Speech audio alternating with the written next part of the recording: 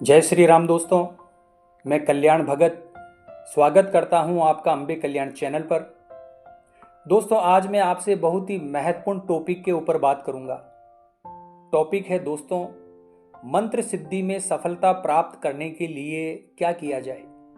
ऐसी कौन सी प्रक्रिया है जिसके द्वारा हम बड़ी आसानी से मंत्र को सिद्ध कर सकते हैं। तो दोस्तों, सबसे पहले हमको सिद्धि के अर्थ को समझना होगा। सिद्धि का मतलब होता है शक्ति। अब बात करते हैं मंत्र की सिद्धि के बारे में। दोस्तों, मंत्र की सिद्धि प्राप्त करने के लिए कुछ नियम लागू होते हैं। उनमें से पहला नियम है श्रद्धा भाव। देखिए दोस्तों, श्रद्धा रहित साधना वैसी ही साधना है जैसे आत्मा से रहित शरीर। दोस्तों, अपने इष्ट देव या इष्ट देवी पर पूर्ण विश्वास और श्रद्धा से एकाग्रचित होकर किया गया मंत्र सिद्ध हो जाता है।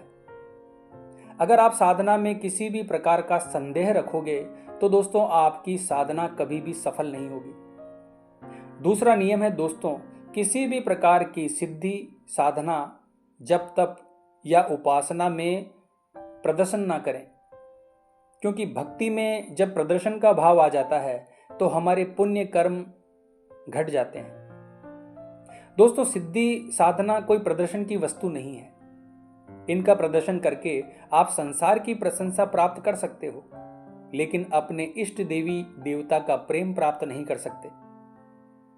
इसलिए साधना काल में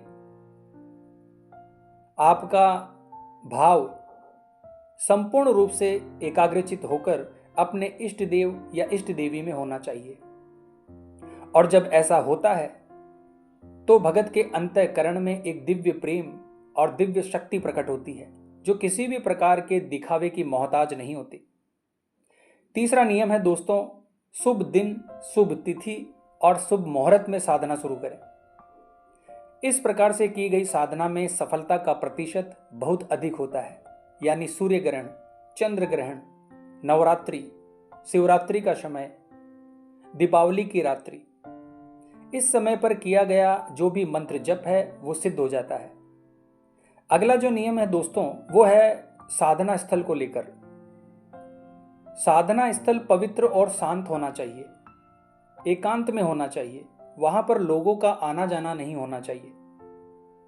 देखिए दोस्तों, आप यदि घर में साधना कर रहे हैं, जप तप कर रहे हैं, तो उसका यदि 1 गुना फल आपको मिलता है तो उससे 100 गुना अधिक फल आपको जंगल में जाकर साधना करने से मिलता है, और उससे 1000 गुना अधिक फल किसी सरोवर के पास मिलता है, और उससे कई गुना ज्यादा फल पर्वत पर, और उससे कई गुना अधिक फल देव मंदिर और सिद्धपीठ स्थान पर मिलता है। इसलिए साधना काल में आपको उचित स्थान का चयन करना चाहिए।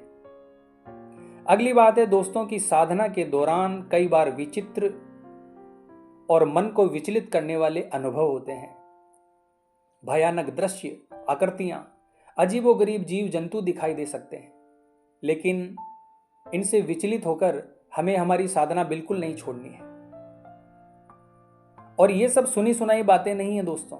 इस प्रकार के अनुभव मुझे भी साधना के दौरान हुए हैं, लेकिन ये अनुभव कुछ समय के बाद ऑटोमेटिक ही बंद हो जाते हैं। तो इस प्रकार अनुभव यदि साधना काल में आपको हो रहे हैं तो समझिए आपकी साधना, आपका मंत्र जप सही दिशा में जा रहा है। ये सभी नकारात्मक ऊर्जाएं होती है जो आपके साथ चल रही थी,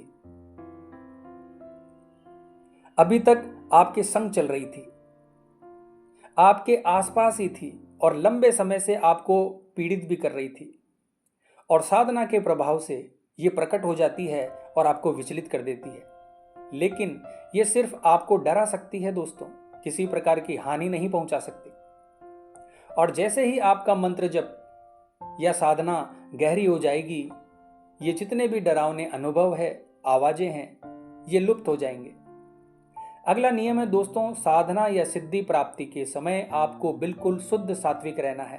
आपका आहार बिल्कुल सात्विक होना चाहिए, और आपका आचरण यानी आचार विचार भी बिल्कुल शुद्ध होना चाहिए।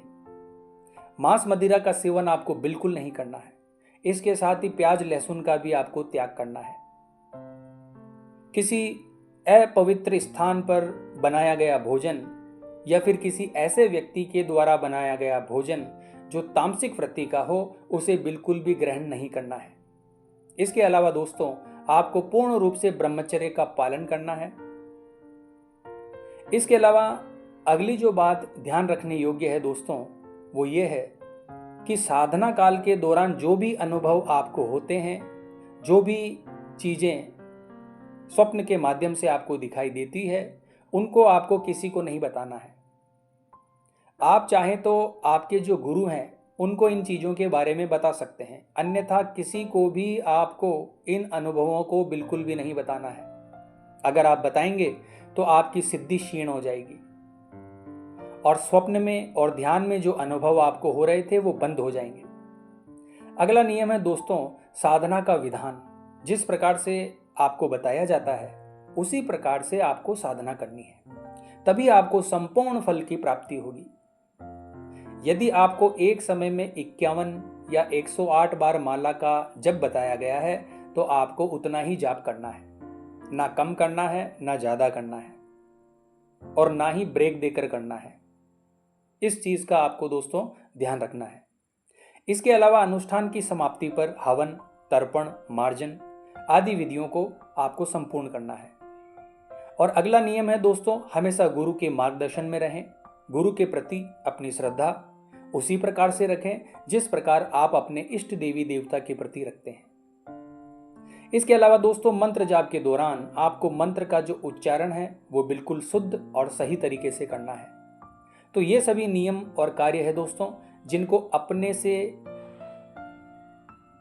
आप अपनी साधना में आप इन नियमों का पालन करके सफल हो सकते हैं और आप सिद्धियां और शक्तियां प्राप्त कर सकते हैं। तो आज की वीडियो में बस इतना ही दोस्तों।